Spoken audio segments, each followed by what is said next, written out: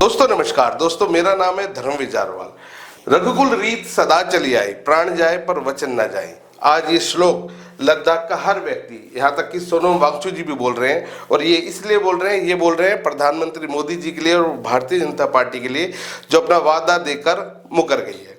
क्या ये वादा था और क्या ये कहानी है? जो लोग हमारे चैनल पर पहली बार आए हैं उनको हम थोड़ा सा ब्रीफ कर देते हैं इस बारे में, इसकी छोटी सी जानकारी देते हैं। यह है सोनम वांगचुक जी, जो लगभग पिछले 7 दिनों से, आज 7वां दिन है, 7 दिनों से एक आमरण अनशन भूख हड़ताल पर बैठी हुई है। और ये भूख हड़ताल पर इसलिए बैठे क्योंकि भारतीय जनता पार्टी और प्रधानमंत्री नरेंद्र मोदी अपना वचन देकर मुकर गए हैं। वो वचन क्या था मैं आपको बता देता हूँ। भारतीय जनता पार्टी ने अपने मैनिफेस्टो में लद्दाख में उनकी जनता को बताया था कि जब भारतीय जनता पार्टी चुनाव जीतकर सत्ता में आएगी तो वो लद्दाख को एक पूर्ण राज्य का दर्जा देगी। 6 शेड्यूल के अंतर्गत पूर्ण राज्य का दर्जा मिलेगा। और जिस तरीके से जम्मू कश्मीर में धारा 370 हटाने के बाद लोकतंत्र की बहाली की जा रही है, उसी तरीके से लद्दाख में भी लोकतंत्र की बहाली की जाएगी और उसको पूर्ण राज्य का दर्जा मिलेगा। और तमाम सुख सुविधाएं जो एक राज्य को मिलती हैं वो सारी इनको मिला करेगी, क्योंकि अभी तक जो लद्दाख है वो एक केंद्र शासित राज्य है। वहाँ पे हमारे एलजी साहब, गवर्नर साहब की राज चलता है। तो इन सब मुद्दों को लेकर सोनम वांगचुक जी ने एक भूख हड़ताल करी थी। अभी कुछ महीने पहले भी उन्होंने एक भूख हड़ताल की थी, जिसमें लाखों लोगों का उनका सहयोग, लाखों लोगों का सहयोग उनको मिला था। लाखों लोग उनके इस भूख हड़ताल में शामिल हुए थे। तो अभी ये सारा मुद्दा है और आज 7वां दिन हो गया है अपने सोनम वांगचुक जी को, और भूख हड़ताल की वजह से शरीर में कमजोरी आ गई है। क्योंकि जब 7 दिन तक कोई आदमी कुछ खाएगा नहीं तो स्वाभाविक सी बात है कि शरीर तो कमजोर हो गई, और अब उनके चेहरे पे ये कमजोरी दिखने भी लगी है। अभी परसों रात को जब उनका मेडिकल चेकअप हुआ था तो उसमें बताया गया था कि उनका ब्लड शुगर लेवल जो है वो काफ़ी डाउन हो गया है। तो जब शरीर में कुछ जाएगा नहीं तो ये सब चीज़ें स्वाभाविक सी बात है। और सबसे बड़ी हैरानी की बात जो है वो ये है दोस्तों कि आज सोनम वांगचुक जी को 7 दिन हो गए भूख हड़ताल करते हुए। आज तक केंद्र से कोई भी सरकार का नुमाइंदा इनके पास नहीं आया है, किसी ने भी इनकी खैर खबर नहीं ली है, और 7 दिन से भूखे बैठे हुए हैं। और कई लोग इनके साथ भूख हड़ताल कर रहे हैं। अभी आज की वीडियो में इन्होंने बताया कि करीब 300 लोग कल इनके साथ भूख हड़ताल पे आए थे, और काफ़ी लोगों ने इनके साथ बैठ के प्रार्थनाएं की हैं, पाठ पूजा की है, भूख हड़ताल भी की है। ये लोग जिस कंडीशन में भूख हड़ताल कर रहे हैं वो वाकई में हैरत अंगेज है, क्योंकि लद्दाख के अंदर अभी भी लगभग -3 डिग्री 4 डिग्री टेम्परेचर है, मतलब ठंड का टेम्परेचर है। अगर बाहर खुले में पानी रख दिया जाए तो वो जम भी जाएगा। आज उन्होंने अपनी इस वीडियो में अपने भूख हड़ताल के बारे में काफ़ी चीज़ें बताई हैं और इन्वायरमेंट को लेके बहुत कुछ बताया। यहाँ तक कि आज की इस वीडियो में इन्होंने कुछ साइंस से जुड़ी हुई चीज़ें भी बताई हैं। तो मेरी ये दरख्वास्त है आपसे कि इस वीडियो को पूरा अंत तक जरूर देखें, और क्या कुछ कह रहे हैं सोनम वांगचुक जी वो भी आप सुने। और एक मेरी अपील है खास तौर से सभी देशवासियों से, और खास तौर से लद्दाख के लोगों से जो हमारी वीडियोस को बहुत पसंद कर रहे हैं। सोनम वांगचुक से जुड़ी जितनी भी तमाम खबरें हम आपको दे रहे हैं, आप लोग इन खबरों को देख तो रहे हैं, परंतु इस खबरों को आप लोगों तक नहीं पहुंचा रहे हैं। तो और अगर आपको सोनम वांगचुक जी का साथ देना है तो हमारी दरख्वास्त है आपसे कि हमारी खबरों को ज़्यादा से ज़्यादा शेयर करें, ताकि सोनम वांगचुक जी से जुड़ी तमाम खबरें लोगों तक पहुंचे और लोग ज़्यादा से ज़्यादा उनके समर्थन में आए। और एक बड़ी हैरान कर देने वाली बात यह भी है दोस्तों कि सोनम वांगचुक जी इतने बड़े एक स्तर पर एक भूख हड़ताल कर रहे हैं, लाखों लोगों का समर्थन उनको मिल रहा है, परंतु हमारे देश की जो गोदी मीडिया है, जो सरकार की गोद में जाके बैठ गई है, वो इस मुद्दे पर बिल्कुल चुप्पी साध कर बैठी हुई है। किसी भी बड़े चैनल में, किसी भी बड़े न्यूज़पेपर में आपको सोनम वांगचुक से जुड़ी हुई कोई खबर नहीं मिलेगी। पूरी तरीके से उनको खबरों से गायब कर दिया गया है।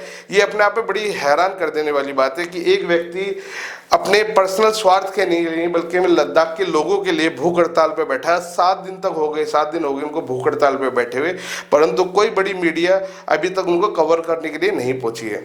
ये बड़ी हैरान कर देने वाली बात है। तो ये बड़ी, मैं तो ये कहूँगा कि ये बड़ी लालत वाली बात भी है हमारे देश की गोदी मीडिया के लिए, जो इतने बड़े मुद्दे के ऊपर चुप्पी साध के बैठी हुई है। खैर दोस्तों, इस वीडियो को देखें आप, और क्या कुछ कह रहे हैं सोनम वांगचुक जी वो भी देखें, और इस वीडियो को ज़्यादा से ज़्यादा लाइक करें और शेयर करें। और अगर आप किसी तरीके से सोनम वांगचुक जी का समर्थन कर सकते हैं तो करिए, उनको सपोर्ट कर सकते हैं तो करें, जरूर करें, क्योंकि वो हमारे देश के लिए और लद्दाख के लिए, लद्दाख की जो उनकी डिमांड है वो कोई अलग चीज़ नहीं है, वो लद्दाख के लोगों के लिए, उनके भले के लिए उनकी कुछ डिमांड्स हैं। तो आप ये वीडियो देखें और इस वीडियो के बारे में आपकी जो भी राय हो हमें कमेंट्स करके जरूर बताएं। धन्यवाद। नमस्कार, सलाम जुले। ये मेरे 7वें दिन के अनशन का शुरुआत है सुबह सुबह, और मेरे साथ लगभग 60 से ज़्यादा लोग, जिसमें बूढ़े हैं, महिलाएं हैं, विद्यार्थी हैं, सब बाहर खुली हवा में अनशन पर हैं। और मौसम का बोलें तो वो आज और भी गर्म हुआ है, -3 के करीब। और आप देख रहे हैं ये जो पानी है ये आधा पिघला आधा जमा है। और ये जो आप देख रहे हैं ये बर्फ जो कि अभी अभी पड़ना शुरू हुआ। आपको याद होगा मैंने कहा था जब बादल छाते हैं तो उससे गर्मी थोड़ा और बढ़ जाता है, और जब बर्फ होती है तो और भी बढ़ जाता है। तो यही वजह है। वो क्यों, थोड़ी सी विज्ञान में आपको बताऊं। जब हम पानी से भाप बनाते हैं, यानी कि उसे उबालते हैं, तो उसमें आग जलाना पड़ता है, यानी कि ऊर्जा देना पड़ता है। मगर फिर जब वही भाप दोबारा से पानी बने, जैसे ओस का बनना या ठंडे गिलास पर बूंदे बन जाती हैं, कंडेंसेशन कहते हैं इसे, तब गर्मी निकल के बाहर आती है, रिलीज होती है, वही गर्मी जो आग से हुई थी। तो ऐसे ही जब आसमान में बादल जो कि भाप है वो बर्फ बन जाता है तो उसमें से गर्मी निकल के आती है।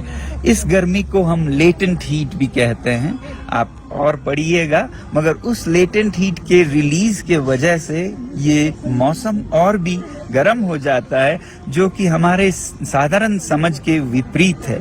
तो ये तो हुआ इसका साइंस। बहरहाल मैं बहुत अच्छे से हूँ 7वें दिन पे भी। और मैंने कई दिन पहले आप सबसे कहा था कि ये जो हम जद्दोजहद कर रहे हैं वो सिर्फ लद्दाख की नहीं है, ये भारत के आदर्शों की लड़ाई है, सत्यमेव जयते की लड़ाई है, ये भगवान राम के आदर्शों की लड़ाई है। रघुकुल रीति सदा चली आई, प्राण जाए पर वचन न जाए।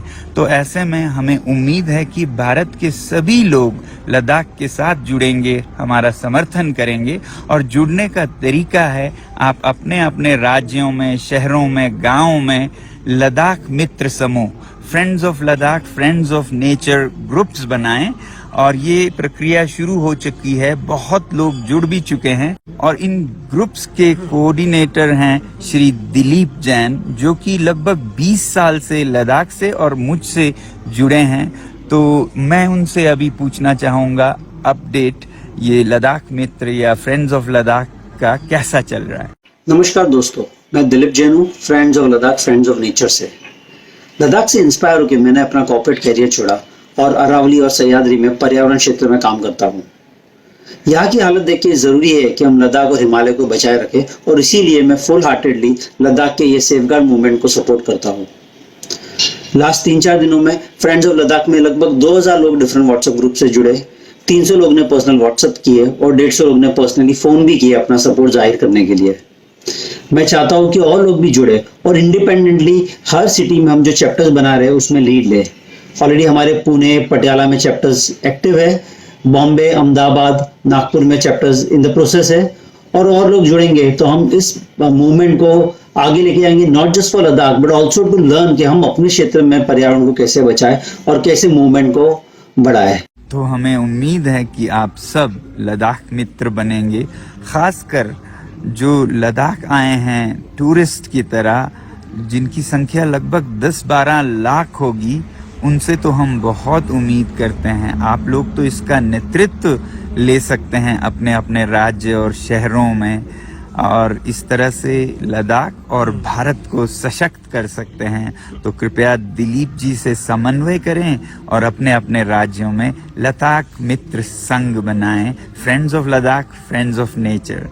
और आने वाले संडे 17 मार्च को अपने अपने शहर, गांव में पिछले साल की तरह लद्दाख के लिए समर्थन जताएं, हो सके तो एक दिन के अनशन पर बैठें।